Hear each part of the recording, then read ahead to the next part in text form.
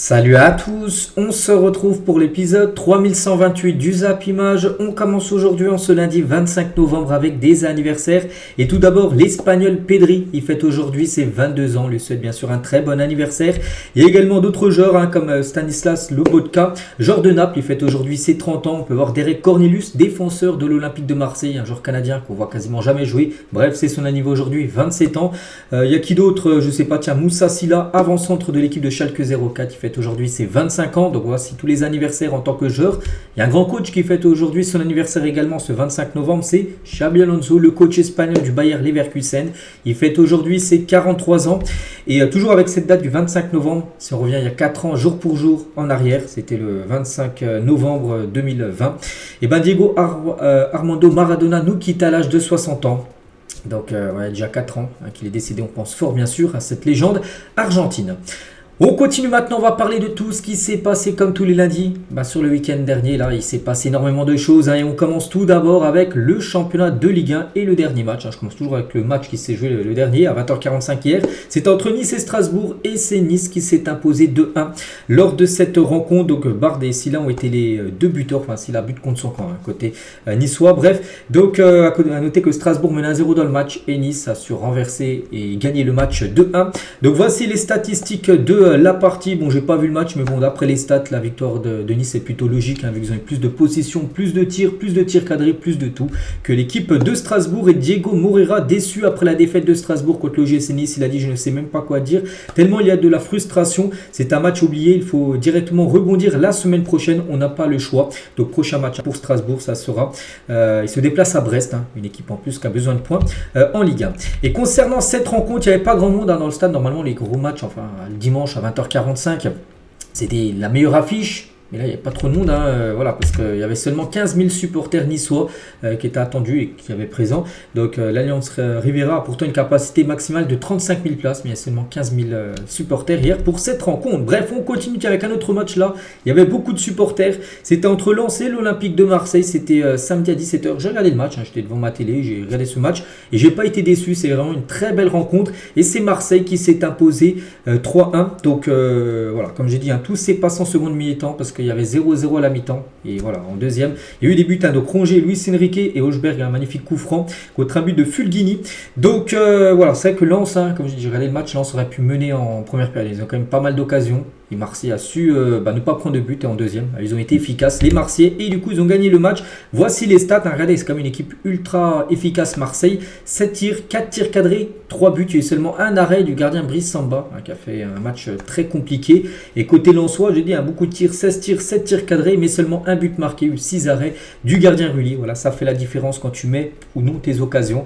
Et c'est Marseille qui a été beaucoup plus efficace. Et la une du journal L'équipe, l'OM retrouve du cœur, mais pas que l'OM, leur dernier match avant la trêve, ça avait été une défaite contre la Auxerre à domicile. Mais c'est que Marseille à l'extérieur, c'est tout simplement la meilleure équipe en Europe dans les 5 gros championnats européens. Donc la tendance se vérifie une nouvelle fois ce soir. C'était samedi. L'OM est redoutable à l'extérieur cette saison. Ils ont joué combien de matchs? Ils ont joué 7 matchs. Ils ont gagné 6 matchs. Seulement une défaite. Ça avait été à Strasbourg. Ils avaient perdu 1-0. Sinon, ils ont tout gagné à Brest, à Toulouse, à Lyon. Pourtant, ils ont joué tout le match avec un joueur en moins. À Montpellier 5-0, à Nantes et à Lens. Voilà, c'est la meilleure équipe à l'extérieur. Regardez, les meilleures équipes à l'extérieur du top 5 européen, c'est Marseille et le Barça. Les deux équipes ont pris 18 points à l'extérieur cette saison. Après, il y a le Bayern qui en a pris 16 de points à l'extérieur. Il y a le PSG, il y a l'Inter aussi. Mais voilà, c'est bien Marseille tout en haut pour vous dire qu'il y a une différence entre l'Olympique de Marseille à domicile et l'Olympique de Marseille à l'extérieur. Et le dit de Zerbi sur les deux visages différents affichés par l'OM à domicile et à l'extérieur. Il a dit: j'entraîne depuis 11 ans, mais même pour moi, c'est compliqué de comprendre pourquoi Marseille performe à l'extérieur mais pas à domicile alors que tu as l'appui de ton public. Je peux juste dire que c'est un groupe de bons garçons qui s'impliquent. On a perdu beaucoup de joueurs d'expérience et on en a ajouté d'autres comme Rabiot, comme Hochberg. Mais il y a beaucoup de jeunes qui ont du mal à jouer au Vélodrome, qui n'est pas comme les autres stades parce que peut-être il y a trop de pression pour les joueurs de l'OM à domicile et c'est peut-être pour ça qu'ils gâchent leur saison à domicile parce que c'est pas possible. Ils ont joué 5 matchs, ils ont gagné seulement une fois, 2 nuls, 2 défaites alors qu'à l'extérieur ils gagnent quasiment tous leurs matchs. Et toujours avec De Zerbi, le coach, il parle aussi de la grosse performance d'Adrien Rabiot, vraiment gros match de la part de Rabiot. Il a fait un grand match et c'est un grand homme, il a voulu venir ici à tout prix et ça se voit avec la passion qu'il met tous les jours. vraiment belle partie du joueur Rabiot qui est en grande forme actuellement. Un gros match voilà, contre Lens. Il a marqué un doublé contre l'Italie il y a une semaine. Voilà, vraiment, il est en pleine forme, désolé, Adrien Rabiot. Donc il a définitivement retrouvé le rythme, hein, bien sûr. Le joueur français. On va parler aussi de Naël Maupay, double passeur D. C'est lui qui a délivré les 2 passes D pour 2 buts. Pour l'Olympique de Marseille, donc il est définitivement en train de s'installer en tant que 9 titulaire, l'attaquant français, c'est que lui est en concurrence avec Eli Wahi, qui rentre en cours de jeu, en plus c'était contre son ancien club, il a été sifflé. Mais voilà, concernant Maupay, lui doublement décisif avec 2 passes D. Et Maupay, il a dit on n'a pas fait la meilleure des premières périodes, hein, comme j'ai dit, Lens aurait certainement dû mener en première mi-temps. Bref, maintenant il faut avoir un meilleur comportement, que ce soit avec ou sans le ballon.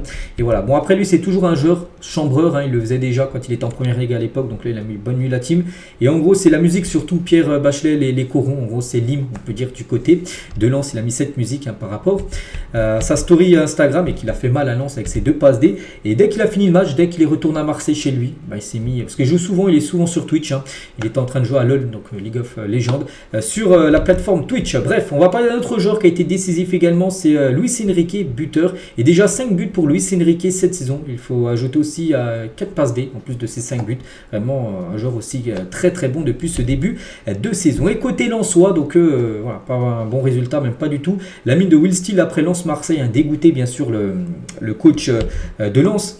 Et il a dit on me raconte qu'à la mi-temps il y a eu un cinéma pas possible dans le tunnel pour mettre la pression sur l'arbitre. Donc ouais, il dit qu'en gros que les dirigeants de l'OM, il y avait Longoria, tout ça, ils ont mis une grosse pression à l'arbitre, tout ça à la mi-temps. Et il dit en gros que l'arbitrage après est en faveur de l'OM en seconde période. Voilà, c'est ce qu'il a pu dire Will Steele. Bref, voilà ce qu'il y a à dire, hein, sur ce match Marseille contre Lens. On va parler de Lille aussi contre Rennes, 1-0 pour les Lillois. Zegrova, l'unique buteur du match à la 45e minute de la partie. Bon, il ne s'est pas passé grand chose, hein. 5 tirs pour Lille, 4 pour l'équipe de Rennes. Voilà, bon, c'est Lille qui fait la bonne opération. Il y a seulement 0,58 de XG au cumulé des 2 équipes. Donc voilà, cette rencontre qui n'a vu que 9 tirs être tentés. C'est également le plus faible total de XG. Donc en gros, le XG, plus les hauts, plus il y a des chances qu'il y a des occasions, tout ça, il y a des buts marqués. Et en gros, XG, enfin 0,58 pour un match du top 5 européen, c'est le XG le plus faible depuis le début de la saison dans les 5 gros champions en Europe. Pour dire en gros que les supporters n'ont pas vu grand chose, hein, lors de cette rencontre. Bon, c'est quand même Lille qui fait la bonne opération vu qu'ils ont gagné 1-0. Et Lille, les gars, ben, c'est 11 matchs invaincus pour le LOSC dans sa série infernale. Pourtant, il y a quand même des gros morceaux, hein. Je vois le Real, je vois Monaco, je vois l'Atlético, je vois Lens, je vois Lyon, je vois la Juve, je vois Nice, je vois Rennes. C'est quand même des grosses équipes, ils ont perdu aucune rencontre. Mais pas qu'avant tous les 11 matchs, le 3-3 contre Strasbourg, ils ont enchaîné 5 défaites d'affilée. Hein, Genesio, il est à 2 doigts de se faire licencier. Et depuis, ils ont enchaîné 11 matchs sans perdre. Donc voilà, c'est le jour et la nuit pour cette équipe de Lille, hein. Et Zegrova, buteur, hein, l'unique buteur du match. Donc ses stats avec Lille, hein, depuis qu'il est arrivé, c'est 26 buts et 18 passes D. Hein, depuis qu'il est arrivé, bien sûr pas cette saison, parce qu'il aurait des stats incroyables. Mais voilà, il a des stats de fou, bien sûr. Le joueur kosovar et le duo Zegrova-David encore décisif, hein. Donc 8 buts et 2 passes D pour Zegrova sur cette saison. Et 13 buts et 3 passes D, hein, pour le Canadien. Donc c'est lui, David, hein, qui a fait la passe D pour Zegrova. Et un joyeux anniversaire parce que c'était les 80 ans du club. Il y avait beaucoup de légendes. Regardez le LOSC et légendes, des anciens très grands joueurs de Lille qui étaient présents pour suivre cette rencontre, bon, qui était peu animée, mais bon, comme j'ai dit, la victoire pour Lille. Donc voilà, c'était un match, même si c'est pas passé grand chose, Lille a obtenu les 3 points. Et pour Rennes, les gars, donc Rennes, c'est compliqué, hein, c'était la première de Sampoli, une première loupée vu qu'il y a eu des défaites. Et pour Rennes, le pire départ en championnat depuis 22 ans. Après sa défaite à Lille dimanche, Rennes ne compte que 11 points après 12 journées. Il faut remonter à la saison 2002-2003 pour trouver pire démarrage de l'équipe bretonne, qui est actuellement dans les dernières places de la Ligue 1. Et juste une petite info également concernant Aliou Ségu, parce qu'il est sorti en première mi-temps sur blessure, et on craint en gros les ligaments croisés. On ne sait pas, aujourd'hui il va passer des tests, hein, c'est hier, donc aujourd'hui tests médicaux pour lui, il va passer un scanner, tout ça. Voilà, ça pourrait être les ligaments croisés. Si c'est ça, ça sera fin de saison pour le joueur rennais. Le FC Nantes contre le Havre, et c'est le Havre, hein, qui s'est imposé 2-0 grâce à Casimir, un buteur en tout début de match, et Ngoura. Donc belle victoire bien sûr du Havre. Donc voilà, peut-être ils ont moins tiré, 18 tirs pour Nantes, 7 seulement pour le Havre, mais ça a été eux les plus efficaces lors de cette rencontre. Et le match, les gars, était interrompu, hein, pas mal de temps. Donc des supporters nantais tentent de pénétrer sur la pelouse, parce qu'actuellement du côté de Nantes, les gars, rien ne va. Donc voilà, ils ont balancé des balles aussi de tennis, des rouleaux de papier toilette. Donc du coup le match a été arrêté. Donc voilà, ça a pris ça a pris beaucoup de temps à reprendre tout simplement. Et le FC Nantes, les gars, parce que pourquoi en gros ils ont jeté tout ça? Parce qu'en gros, Nantes, les gars, c'est dans la crise totale. Nantes, les gars, n'a gagné aucun match depuis presque 3 mois. Il s'agissait d'une victoire à Montpellier, leur seule victoire depuis 3 mois. Et c'est que sur leurs 14 matchs, comme à domicile cette année, depuis le début d'année 2024, ils ont fait 11 défaites comme à domicile, 2 nuls et une victoire seulement. Une victoire sur leurs 14 matchs là, cette saison jouée à domicile. C'est très très compliqué pour le FC Nantes et surtout que leur prochain match, c'est un calendrier très compliqué jusqu'à la fin de l'année. Il leur reste 3 matchs avant la fin de l'année, donc le PSG, Rennes et Brest. Voilà, 3 grosses équipes, enfin même si Rennes, les gars, c'est un peu compliqué, ils vont peut-être vouloir se relancer contre Nantes. Voilà, le PSG et Brest, c'est quand même niveau Champions League. Et comme je dis, l'arbitre a arrêté la rencontre, donc pourtant il restait justement 2 minutes à jouer et du coup, parce qu'il y a eu tout ça, des rouleaux PQ qui ont été jetés, et du coup regardez le temps additionnel, parce que tout le monde est retourné au vestiaire. Et ça a repris le match 35 minutes après pour seulement jouer 2 minutes à la fin, où bien sûr la plupart des supporters avaient déjà quitté le club. Et Comboré, après la défaite de Nantes face au Havre, il comprend la réaction des supporters en gros. Voilà, par rapport à ce qui se passe, bien sûr, du côté du FC Nantes. Et regardez les banderoles qu'il y avait de la direction jusqu'aux joueurs. Vous n'êtes que des touristes, bienvenue au Football Club Med de Nantes. Voilà, c'est déjà des banderoles avant le match. Et en plus, ils ont perdu après 2-0. Donc actuellement, c'est la crise totale du côté des Canaries. On va parler de Reims contre l'Olympique Lyonnais et vainqueur, un partout. Donc Diakité et Cherki ont été les 2 buteurs de la rencontre. Donc voici les stats du match. Un match plutôt serré d'après les stats. Donc l'OL ralentit à Reims. Bon, après Reims, toujours une équipe compliquée quand même à jouer, bien sûr. Et officiel, Lyon quand même, ils n'ont pas gagné, mais ils n'ont pas non plus perdu. Et ils sont plus perdus depuis le 22 septembre. Ça fait 2 mois qu'ils n'ont pas perdu le moindre match. Dernière défaite, ça avait été contre l'Olympique de Marseille, l'Olympico. Pourtant, ils avaient joué avec un jour en plus. Mais depuis ce match-là, ils n'ont pas perdu le moindre match en Ligue 1. L'équipe de Lyon. Et concernant le buteur, Ryan Cherki, donc il a marqué un but de la tête. Et même lui, il n'en revient pas. Il était choqué d'avoir marqué un but de la tête. Parce que voilà, pour lui, c'est un joueur qui est très bon des pieds, mais voilà, de la tête. C'est pas son point fort, on va dire. Il était buteur de la tête, donc il n'en revenait pas. La Géocère, l'équipe surprenante de la Géocère entre le SCO Angers, donc c'est des 2 équipes promues. Voilà, c'est toujours des matchs en gros qu'il ne faut pas perdre en gros quand 2 promus s'affrontent dans une division supérieure. Donc c'est la Géocère qui a fait la très bonne opération grâce à Traoré, buteur en toute fin de match. Donc 6e but en 10 matchs pour Junior Traoré, donc le buteur du match. Donc félicitations à lui, félicitations à la Géocère. Donc le match était serré. Normalement, ça aurait dû se finir en match nul. Et du coup, c'est surtout la Géocère qui fait la très bonne opération. Et Ahmed Junior Traoré, le buteur, une note de 7 sur 10 par rapport à sa performance hier. Et la Géocère, comme ça gagne, n'oubliez pas qu'ils ont gagné 3 à l'Olympique de Marseille avant la trêve. Donc là, ils ont gagné Angers. Ils ont gagné 4-0 contre Rennes. Ils restent sur 3 victoires d'affilée.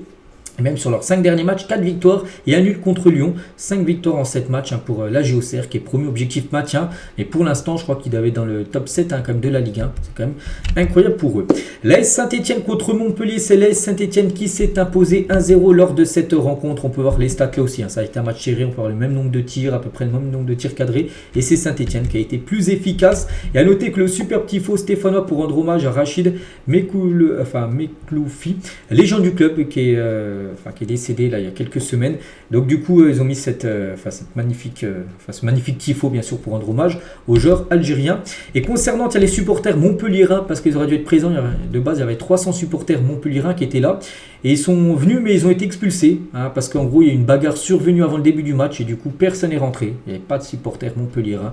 Parce qu'il y a eu des débordements avant la rencontre. Bref, tous les autres résultats. Donc on a parlé de tous les matchs. Il y avait seulement le PSG aussi, Toulouse et Monaco-Brest qu'on a parlé samedi, vu que les 2 matchs ont lieu vendredi. À noter que Brest, les gars, qui s'est incliné contre Monaco, déjà 7 défaites pour eux en Ligue 1. C'est déjà autant que la saison dernière. Mais sur 34 journées, alors qu'on est là, on est seulement à la 12e journée. C'est déjà autant perdu que la saison dernière. Voilà, pour vous montrer que c'est très compliqué pour Brest qui se déplace demain du côté de Barcelone pour un match de Ligue des Champions.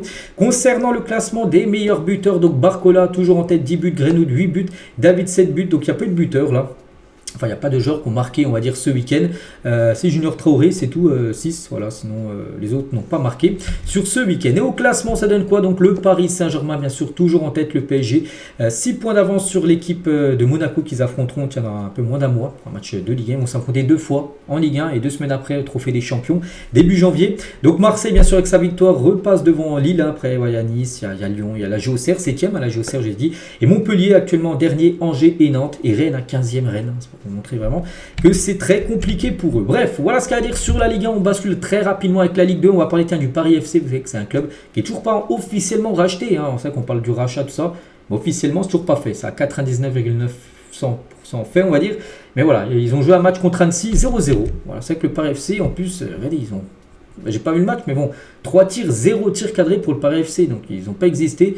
Annecy, les gars, 16 tirs. 3 tirs cadrés, ils auraient même dû gagner Annecy, 16 tirs alors que le Paris FC seulement 3. Bon, ils s'en sortent bien le Paris FC avec un nul. Mais c'est vrai que le Paris FC sur les derniers matchs, là, bon, ils perdent pas, mais ils font que des nuls. Je crois qu'ils restent sur quelques matchs nuls d'affilée. Et les propos forts de Maxime Lopez contre l'arbitrage de Paris FC, lui dit que c'est l'arbitre qui n'a pas été bon. Il a dit tous les week-ends en Ligue 1 et en Ligue 2, c'est la même chose. On commence à en avoir plein le cul.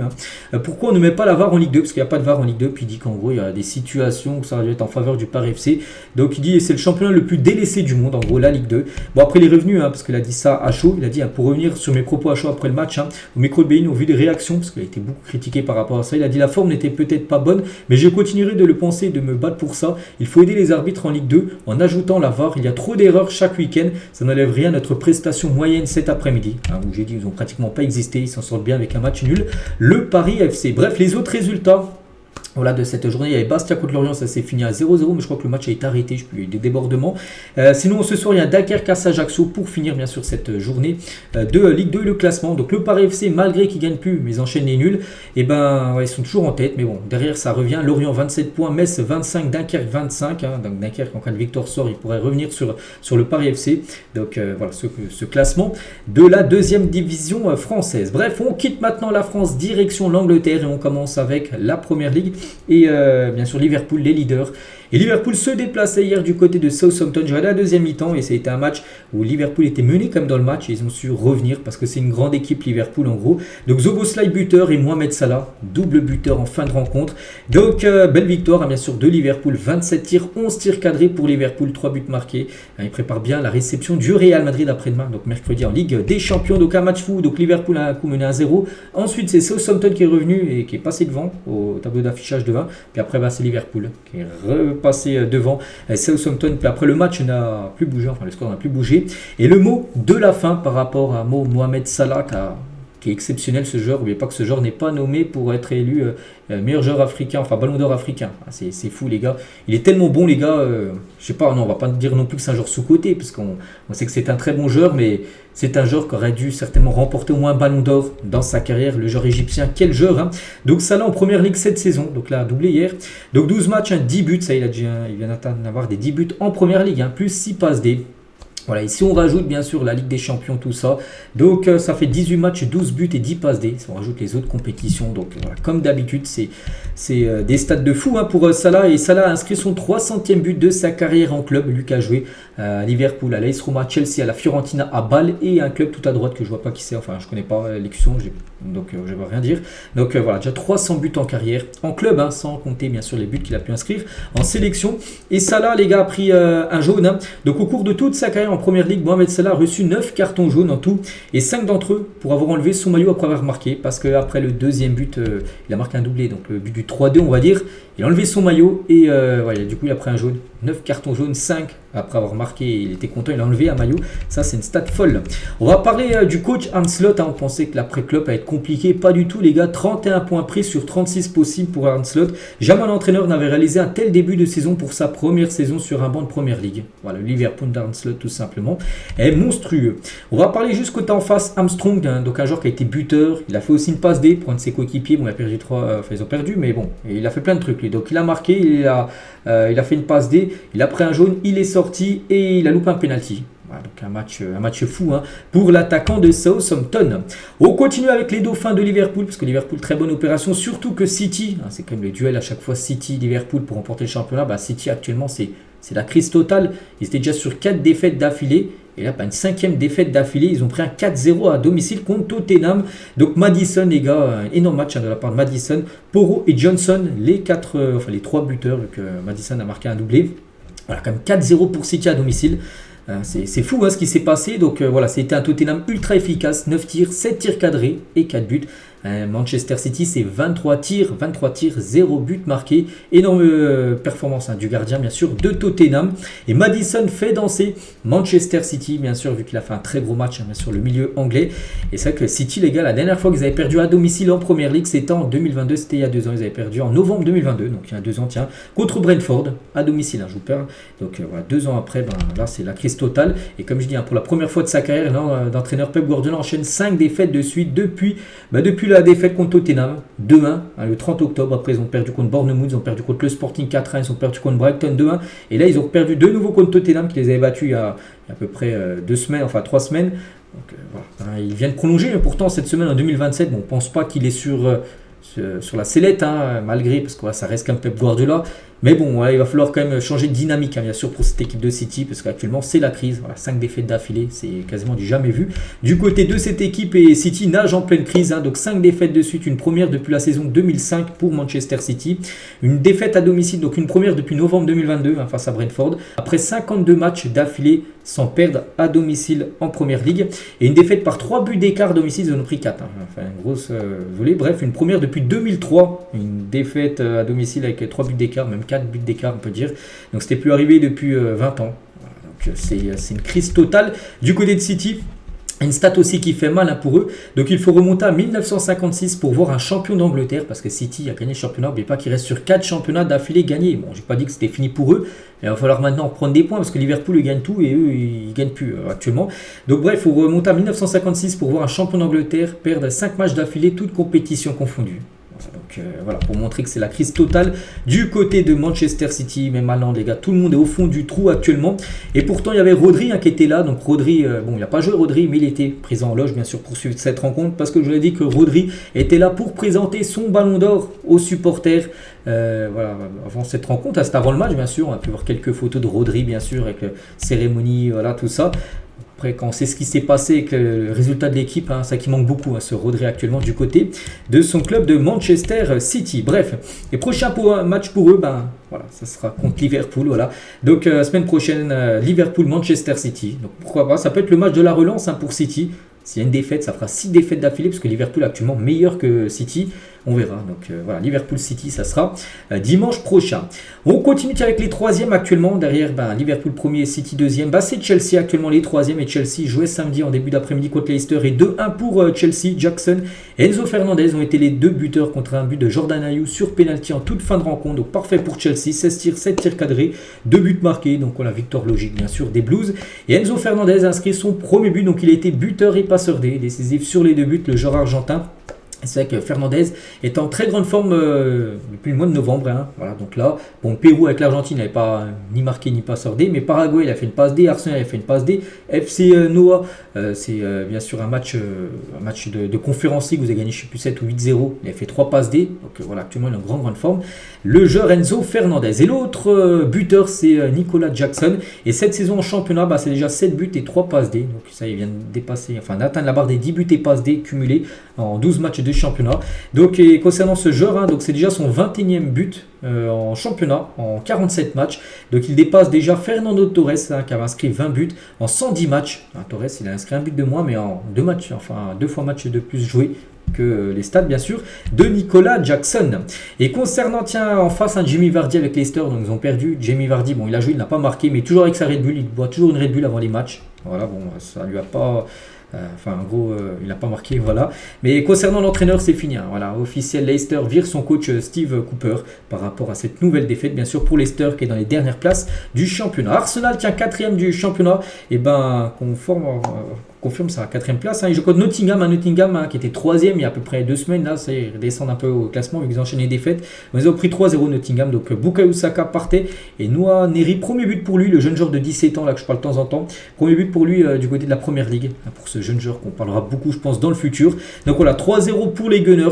Ils ont totalement dominé le match. Nottingham, c'est 7 tirs, mais 0 tir cadré. Et concernant Saka, buteur, et c'est déjà son 4e but. Et on peut rajouter aussi 7 passes D également en Première Ligue cette saison. Ipswich contre Manchester United, 1 partout. Voilà, la première de Ruben Amorim se clôture sur un match nul. Pourtant, ça avait bien démarré vu que Rashford, au bout de 2 minutes de jeu, a déjà été buteur. Donc 81 secondes exactement, il a fallu pour que Manchester ouvre le score sur une passe D de Hamad Diallo sur un but de Marcus Rashford. Donc voilà, c'était parfait bien sûr pour eux. Voilà, première d'Amorim au bout d'une minute de jeu. Ils mènent déjà 1-0. On s'est dit, ça y est, Manchester est dans une nouvelle ère. Regardez le match, j'ai à peine de commencer. Les supporters de Manchester ont déjà un chant aussi en l'honneur de Ruben Amorim, parce que c'était très content du nouveau coach, bien sûr. C'était sa première en tant que coach. Bon, après, ça a été compliqué vu qu'ils se sont fait égaliser. Et voilà, du coup, ils n'ont pas pris les 3 points. Donc, une première, on va dire, compliquée, parce que c'était Ipswich en face. C'était une équipe promue. Manchester, normalement, aurait dû gagner le match. Donc, voilà. Et concernant un joueur qui a fait un gros match, les gars, c'est le Marocain Mazraoui face à Ipswich. Le joueur ayant réussi le plus de dribbles, c'est lui. Le joueur ayant réussi le plus de passes, c'est lui. Le joueur ayant remporté le plus de duels, c'est également lui. 91% de passes réussies, 6 récupérations. L'un des meilleurs joueurs de la rencontre. On continue avec d'autres rencontres. Bournemouth s'est incliné contre Brighton. À Brighton, les gars, on sait que c'est une très belle équipe. 2-1 pour Brighton. Pourtant, ils ont joué une 30 dernières minutes avec un joueur en moins, mais ils ont quand même réussi à gagner le match 2-1.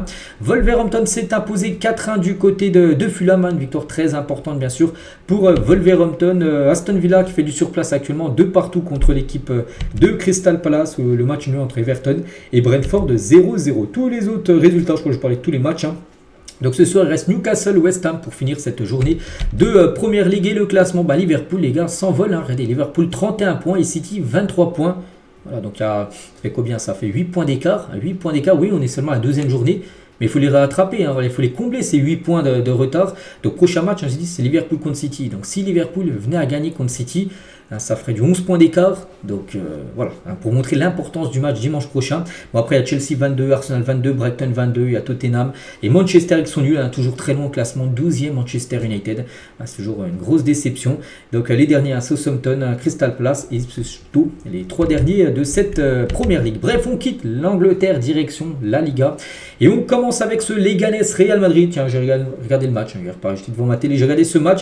Et victoire du Real 3-0. Donc Mbappé, buteur. Fede Valverde également buteur. Et Jude Bellingham également buteur. Voilà, belle victoire du Real contre le promu Leganés. Donc un Real Madrid qui a dominé, qui mérite totalement sa victoire. 16 tirs, 9 tirs cadrés pour le Real Madrid. 3 buts marqués. Donc Leganés 4 tirs, 0 tirs cadrés. Donc aucun arrêt. Pour Thibaut Courtois qui était de retour dans les cages. Ça faisait un mois qu'il était forfait. Et du coup, de retour et clean sheet pour lui. Que du positif, cette équipe madrilène parce que déjà il devait gagner, puis ils ont gagné avec la manière. Donc un bon test pour préparer le déplacement à Liverpool. Après-demain en Ligue des Champions, le meilleur joueur du match c'est Kylian Mbappé. J'ai été un peu surpris que ça soit Mbappé. Bon, il a fait un match correct, mais je pense qu'il y avait 2-3 joueurs qui ont fait un meilleur match que Kylian. Mais bon, c'est Mbappé qui a été le meilleur. Bon, bref, c'est déjà quand même la 5e fois cette saison qu'il est élu homme du match lors d'une rencontre du Real Madrid. C'est bien sûr le joueur avec le plus de trophées comme ça, MVP. Donc félicitations à Kylian. Donc buteur, bon après, je pense que tout le monde le marque. Même moi, même tout le monde marque le but qu'il a marqué. C'est Vini, les gars, qui a fait 90% du boulot. Il a récupéré le ballon, puis il a fait une passe, un peu une passe PES, qu'on appelle ça quand on joue à FIFA. Une passe où il n'a plus qu'à la pousser au fond. Mais bon, il était là au bon endroit, on va dire Kylian Mbappé. Et nouveau but pour lui et son 7e but quand même en Liga pour Kylian Mbappé. Bon, il est loin bien sûr de Lewandowski, je crois qu'il est le meilleur buteur avec 15 buts. Mais bon, voilà, c'est son 7e pour Kylian. Et Kylian réagit après la victoire face à Leganés. Je pense avoir fait un bon match. Un poste différent, il a joué ailier gauche, son poste qu'il préfère le plus. Et c'était plutôt Vini qui avait joué dans l'axe. Donc voilà, Ancelotti a voulu les changer, changeant entre les deux.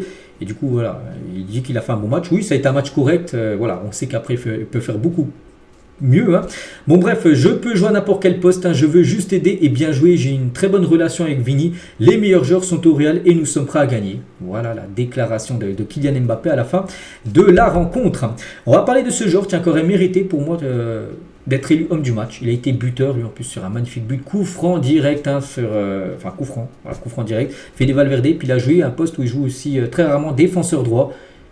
Il a fait un énorme match, bien sûr. Fede Valverde en plus, le brassard de capitaine, mais pas que c'est un rêve pour lui. Là, il était capitaine parce que il n'y a pas Modric, il n'y a pas Carvajal, il n'y avait pas tous ces joueurs-là. Mais voilà, il a eu le brassard. Puis pour lui, bien sûr, c'est une grande fierté. Et Ancelotti s'exprime sur le ton de la rigolade sur Federico Valverde, latéral droit. Bon, pour moi, même si je pense que c'est du gâchis, Fede Valverde défenseur droit, parce que c'est un milieu, il apporte beaucoup plus en milieu. Mais bon, il dépanne. Il se sacrifie, bien sûr, pour l'équipe pour jouer à cette position. Il a dit, bon, après Carvajal et Lucas Vazquez, Fede, le meilleur latéral droit du monde. Voilà ce qu'a pu dire Carlo Ancelotti sur l'Uruguayen. Et Jude Bellingham, ça va beaucoup mieux les gars pour Bellingham. Il y a à peu près 3 semaines, on parlait d'un Bellingham. Je me souviens un coup, j'avais mis un titre sur une de mes vidéos. Bellingham frustré par rapport à sa situation réelle. Depuis là, ça va beaucoup mieux. Depuis les 3-4 derniers matchs. Donc déjà buteur, il inscrit un but de la tête. Il inscrit son deuxième but de la saison. Et c'est que sur ces 4 derniers matchs, depuis qu'il a marqué son premier but de la saison contre Osasuna, c'était avant la trêve, vous avez gagné 4-0. Il a marqué et fait une passe D. Bon, contre la Grèce, avec sa sélection, il n'avait pas marqué, mais après il avait fait un triplé contre l'Islande et ensuite un but contre les Ghanais. C'est que ça, on a l'impression qu'il a enfin lancé sa saison. Jude Bellingham, et en une saison et demie depuis qu'il arrive en 2023, c'est 25 buts et 17 passes D pour Jude Bellingham. Donc voilà, c'est vrai qu'il commence à monter en puissance enfin. Et on va parler d'Arda Güler aussi qui a joué gros match, titulaire Arda Güler. Et juste un coup, il a fait un magnifique petit point sur un joueur de Leganés. Donc ça, c'est un magnifique geste technique, bien sûr, de la part du joueur turc qui a fait vraiment une très belle performance. On va parler cette fois-ci du FC Barcelone qui jouait, c'était samedi soir, du côté du Celta Vigo. Et 2 points de perdus pour le Barça, qui avait totalement la maîtrise du match. Il gagnait 2-0 grâce à Rafinha, Lewandowski. Et en fin de match, en gros, il y a eu c'est Casado. Casado prend un double jaune, donc du coup, carton rouge. Et le Barça, normalement, avec 2 buts d'avance, et même si le Barça joue avec un joueur en moins, le Barça doit cadenasser, tu fais tourner l'adversaire, tout ça. Non, ils n'ont pas pu réussir à conserver cet avantage. Gonzalez et Alvarez ont marqué coup sur coup et du coup 2-2. C'est des points perdus bien sûr pour le FC Barcelone. Attention parce que le Real Madrid revient fort sur eux. Donc voici les statistiques de la partie. Et du coup, dommage pour bien sûr le Barça. Donc le gâchis en 3 minutes après le rouge de Casado. Voilà, 4-1-4 et 4-1-6. Réduction et égalisation du Celta Vigo. Et le Barça a perdu 8 points cette saison en Liga. Ils avaient perdu contre Osasuna, contre la Real Sociedad et contre le Celta. Les 3 seuls matchs que Lamine Yamal n'a pas démarré parce qu'il était forfait. Lamine Yamal devrait de nouveau être forfait pour Brest demain. Et à chaque fois qu'il ne joue pas, le Barça ne gagne pas. Voilà, donc en gros, on a l'impression vraiment qu'il y a Lamine Yamal dépendance du côté de Barcelone. Quand il n'est pas là, l'équipe patine. La preuve encore samedi. Et Hansi Flick n'a pas apprécié la performance de son équipe. Nous avons fait un mauvais match. Il y a beaucoup trop d'erreurs commises. Nous n'avons pas réussi à contrôler la balle. On doit retrouver notre niveau. Un niveau que le Barça avait quand ils enchaînaient les victoires. Donc on verra la réaction qu'ils auront demain, bien sûr, contre Brest en Champions League. Mais bon, Rafinha de nouveau a été buteur. Et Rafinha, les gars, c'est stats folles cette saison. C'est 18 matchs, 13 buts et 10 passes D. Déjà décisif 23 fois en 18 matchs. Le joueur Rafinha et Lewandowski également buteur. Donc lui 18 matchs, 20 buts et 2 passes D. Donc voilà, ils ont encore confirmé bien sûr en étant buteur les deux. Et concernant un joueur les gars qui a été beaucoup critiqué, c'est Frenkie de Jong à la fin du match. Il a reçu beaucoup de messages de supporters du Barça sur ses réseaux sociaux. Frenkie, hashtag Frenkie out en gros. Part du club, en gros on veut plus de toi du côté du Barça. Donc voilà, bon j'ai pas vu le match, je vous cache pas, j'ai pas pu regarder le Barça, je sais pas, moi je pense qu'il a pas fait un bon match s'il a reçu ce genre de commentaires à la fin de la rencontre. On va parler de l'Atlético Madrid qui joue contre Alaves et l'Atlético s'est imposé 2-1 grâce à Griezmann et Sorloth. Ils perdent 1-0, Alaves menait 1-0 et à la 75e minute de jeu il y avait toujours 1-0 pour Alaves. Dans le dernier quart d'heure, ils ont marqué 2 buts. Donc Griezmann sur péno et Sorloth, l'autre buteur. Donc félicitations à l'Atlético, 11 tirs, 8 tirs cadrés, 2 buts marqués. Donc la victoire est logique quand même pour l'Atlético Madrid. Griezmann buteur et nouvelle coupe, nouveau look pour peut-être une nouvelle vie pour Griezmann. Donc voilà, avec des petites tresses derrière. Et à noter que c'est un match spécial pour le coach argentin Diego Simeone. C'était son 700e match du côté de l'Atlético Madrid. Donc 700 matchs, du coup 413 victoires. Vu que là, c'était pas encore pris en compte les stats, vu qu'il a gagné. Donc 413 victoires, 156 nuls et 131 défaites et 326 clean sheets. Vu qu'il n'a pas eu de clean sheet ce week-end. Donc il est l'entraîneur des Colchoneros depuis 2011 et 700 matchs pour lui. Légende totale, bien sûr. Pour Diego Simeone. On va parler de Valence qui joue contre le Betis et surtout Valence après quasiment 3 semaines sans jouer à cause des inondations. Ils ne jouaient pas bien sûr, tous leurs matchs ont été reportés à une date ultérieure. C'était leur premier match depuis les inondations et du coup ils se sont imposés 4-2 à cette équipe de Valence qui est actuellement dernière du championnat. Bon, une victoire importante pour eux. Donc voilà, contre le Betis Séville, on peut voir les stats de la partie: 5 tirs cadrés, 4 buts efficaces bien sûr cette équipe de Valence. Et bien sûr il y a eu beaucoup d'émotion. Donc Valence s'impose face au Betis pour son premier match depuis les inondations où le stade de Mestalla a rendu hommage aux victimes avec des magnifiques tifos, tout ça. Et tous les noms là sur cette tifo, c'est tous les noms des personnes en gros qui sont décédées pendant les inondations qu'il y a eu bien sûr en Espagne là ces dernières semaines. Donc voilà, il y a beaucoup d'émotions. Et concernant le match, on va juste parler de Hugo Duro. Donc un match fou, donc il a fait une passe à la 8e, ensuite buteur contre son camp à la 14e, et ensuite 50e et 53e, il marque un doublé. Donc il est passé par toutes les émotions. Le joueur de Valence. Il y avait également Bilbao contre la Real Sociedad. C'était je pense que c'est un derby, mais c'est C'est les deux équipes basques. Hein. Et du coup, dans ce duel basque, c'est Bilbao qui s'est imposé 1-0 contre la Real Sociedad 107, a été l'unique buteur de la partie. Donc un match dominé bien sûr par l'équipe de Bilbao. Les autres résultats pour quasiment tous les matchs, donc Osasuna, Villarreal, il y a eu 2 partout. Gérone s'est imposé 4-1 contre l'Espagnol Barcelone. C'est un derby. Hein. Gérone c'est à 50 km de Barcelone. Et là c'était l'Espagnol Barcelone en face. Donc du coup le classement, donc le FC Barcelone en tête avec 34 points et le Real Madrid 4 points derrière. Mais le Real a un match en retard contre Valence. Qui est maintenant 18e avec sa victoire. Donc en cas de victoire du Real contre Valence, ce match qui devrait se jouer, j'avais vu peut-être en février prochain, le Real reviendra à un point du FC Barcelone qui a grillé quelques jokers. Ils avaient perdu contre la Real Sociedad avant la trêve, puis là ils ont fait nul, ils ont pris 1 point sur 6 possibles lors des 2 derniers matchs. Le Barça patine et le Real revient sur le FC Barcelone. On quitte l'Espagne, direction l'Italie. On commence avec actuellement leader Naples contre l'AS Roma, et c'est Naples qui s'est imposé. Bon, petite victoire, mais ça donne 3 points. Lukaku, l'unique buteur du match. Lukaku, ancien joueur de l'AS Roma, il a fait mal à son ancien club. Donc buteur à la 54e minute de jeu. Bon, après pas énormément de choses à dire. 2 tirs cadrés pour Naples, une frappe cadrée seulement pour l'AS Roma. Bon, après Naples ils ont beaucoup tenté. Bon, Naples voilà, s'est imposé 1-0, on retient surtout ça. Et Lukaku buteur, donc il se régale avec le Napoli. 11 matchs de série avec Naples, déjà pour 5 buts et 4 passes D pour l'attaquant belge. Les deuxièmes, les dauphins, ceux qui sont juste derrière Naples au classement, c'est l'Inter qui s'est imposé 5-0 à l'AS Vérone. Mais pas que l'AS Vérone avait mis un 3-0 lors du premier match contre Naples lors de la première journée. Là, l'Inter, ils en ont passé 5. Bref, donc Correa, De Vrij, Bissek et Marcus Thuram, doublé pour Marcus Thuram. On sait qu'en équipe de France, 2 buts. Les 2 buts qu'il a marqués, donc en équipe de France, il en a marqué 30. Donc là, il en a marqué 2 en un match du côté de l'Inter. Donc voilà, grosse performance bien sûr de l'Inter. Un gros match de Marcus Thuram. Doublé et une passe D, donc décisif sur 3 des 5 buts inscrits par son équipe. Donc voilà, c'est vrai qu'il y a le Marcus Thuram avec l'Inter et avec l'équipe de France, c'est pas le même. Et c'est vrai qu'avec l'Inter, il se régale.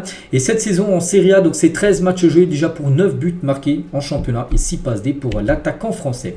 Là, c'est Milan contre la Juventus Turin, rien à dire, 0-0. Voilà, donc c'est passé très peu de choses entre ces deux équipes. Du coup, on bascule sur le match entre la Lazio et Bologne, et c'est la Lazio qui s'est imposé 3-0. Samuel Gigotian, l'ancien défenseur de l'OM, a été buteur. Zakani et Del Bachiru à la 93e a été également buteur. Donc après, à noter que Bega après un rouge à côté Bologne en première mi-temps, donc ça a été compliqué après pour eux. L'Atalanta s'est imposé 3-1 du côté de Parma. Retegui, Lookman et Ederson ont été les 3 buteurs côté Atalanta. Bergame, de nouveaux buteurs, Lookman bien sûr. Donc 11 buts et passes D en 10 matchs. Voilà, 11 buts et passes D en cumulé en 10 matchs, voilà, comme d'habitude.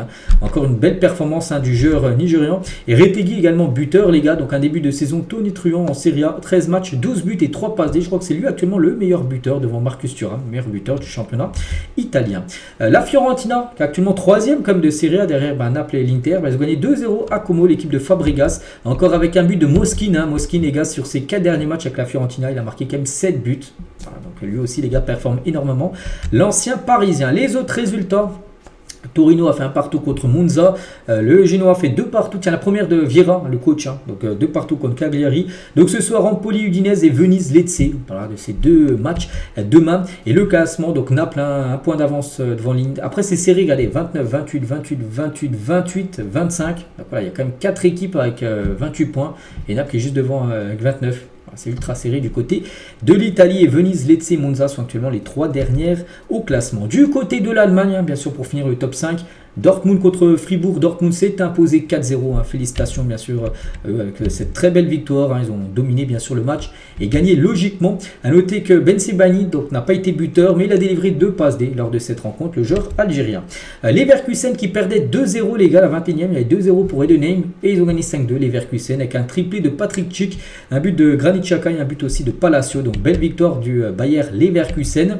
Belle victoire aussi d'Hoffenheim contre Leipzig. Leipzig, c'est compliqué actuellement. Ils ont perdu 4-3. C'est vrai qu'à chaque fois beaucoup de buts. Regardez les matchs. Donc là, il y a eu 4 buts. Là, il y en a eu 7. Là, il y en a eu encore 7. C'est qu'en Allemagne, il y a souvent énormément de buts lors des rencontres. Donc la défaite de Leipzig, les gars, qui avance plus du tout. En Ligue des Champions, je crois qu'ils ont perdu tous leurs matchs. 4 matchs, 4 défaites. Et même en Bundesliga, ils ont du mal actuellement. Les autres résultats, donc on n'a pas parlé du Bayern, mais Bayern, on a parlé samedi, parce que vendredi, ils ont joué, ils ont gagné 3-0. N'oubliez pas que le Bayern demain affronte le PSG. Donc Gladbach contre Saint-Pauli, il y a eu 2-0. Donc voici tous les résultats en Allemagne et le classement actuellement. Et ça donne ça. Ça donne que le Bayern est en tête et le Bayern Pour moi, ils vont gagner bien sûr le championnat. Cette fois-ci, c'est peut-être la bonne pour Harry Kane pour enfin gagner un trophée collectif. Donc voici ce classement de Bundesliga. On bascule aussi dans les autres ligues. Et juste là, c'était pas du championnat, c'était plutôt de la Coupe du Portugal. Mais tiens, le Benfica s'est imposé contre Estrela. C'était les 16e de finale de la Coupe du Portugal. 7-0. Et regardez, il y a un joueur qui a marqué en l'espace de 18 minutes un triplé. Il s'agit d'Angel Di Maria, dont un magnifique retourné acrobatique. Donc voilà, en même pas 20 minutes, triplé. Il a délivré aussi une passe D dans le match. Donc décisif 4 fois sur les 7 buts de son équipe. Et comme j'ai dit, un retour acrobatique pour Di Maria. À 36 ans, les gars, il est encore au top de sa carrière. L'Argentin, n'oubliez pas, maintenant il se focus que sur le Benfica. Il a arrêté sa carrière avec l'Argentine. On va parler de Porto. Porto, c'est la crise actuellement. Ils ont perdu 2-1. Ils sont éliminés dès les 16e de finale. La Coupe du Portugal, normalement, Porto, ça atteint au moins les demi, voire la finale, voire ils gagnent cette Coupe du Portugal. Moreirense les ont éliminés hier. Et voilà, Porto est officiellement éliminé de cette Coupe du Portugal. Et pour les supporters, les gars, ça passe pas. Le dernier match avant la défaite de 1, ils avaient perdu 4-1 contre le Benfica. Actuellement, ils sont en crise, l'équipe de Porto. Et du coup, le bus est passé, le bus à la fin du match. Et les supporters, on peut voir, il y a des doigts d'honneur. Ils ont balancé des trucs sur le bus pour montrer le mécontentement, la forme actuellement de Porto. Et André Villas-Boas, le président de Porto, il a dû... il est descendu du bus pour aller s'expliquer avec les supporters. Actuellement, c'est très tendu du côté du club portugais.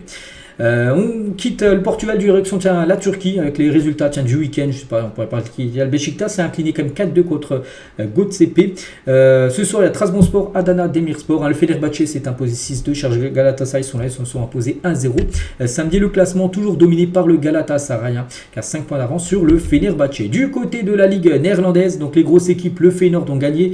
L'équipe du PSV ont gagné 5-0. Ou l'équipe, je sais pas, cherche l'Ajax. Ils sont tout en bas. L'Ajax s'est imposé 2-0 hier et au classement toujours le PSV devant Utrecht et l'Ajax et Rotterdam, enfin le Feyenoord Rotterdam à la 4e position. Et du côté du championnat belge, donc le Bruges s'est imposé 7-0 ce week-end. Victoire également du Racing Genk ou victoire également de Anderlecht 6-0. Voilà. Et concernant le classement, c'est Racing Genk en tête devant Bruges et Anderlecht. Donc voilà les gars, tout ce qu'il y a à dire sur ce week-end. Comme d'habitude, c'est long le lundi, vous savez, on parle de tout. Ce qu'il y avait à dire, donc on se retrouve nous demain et demain bien sûr focus sur la Ligue des Champions parce que semaine de Champions League, d'Europa League, voilà, de Coupe d'Europe. Donc il y aura également beaucoup de choses à dire demain. Et je vous souhaite un très bon lundi et à demain.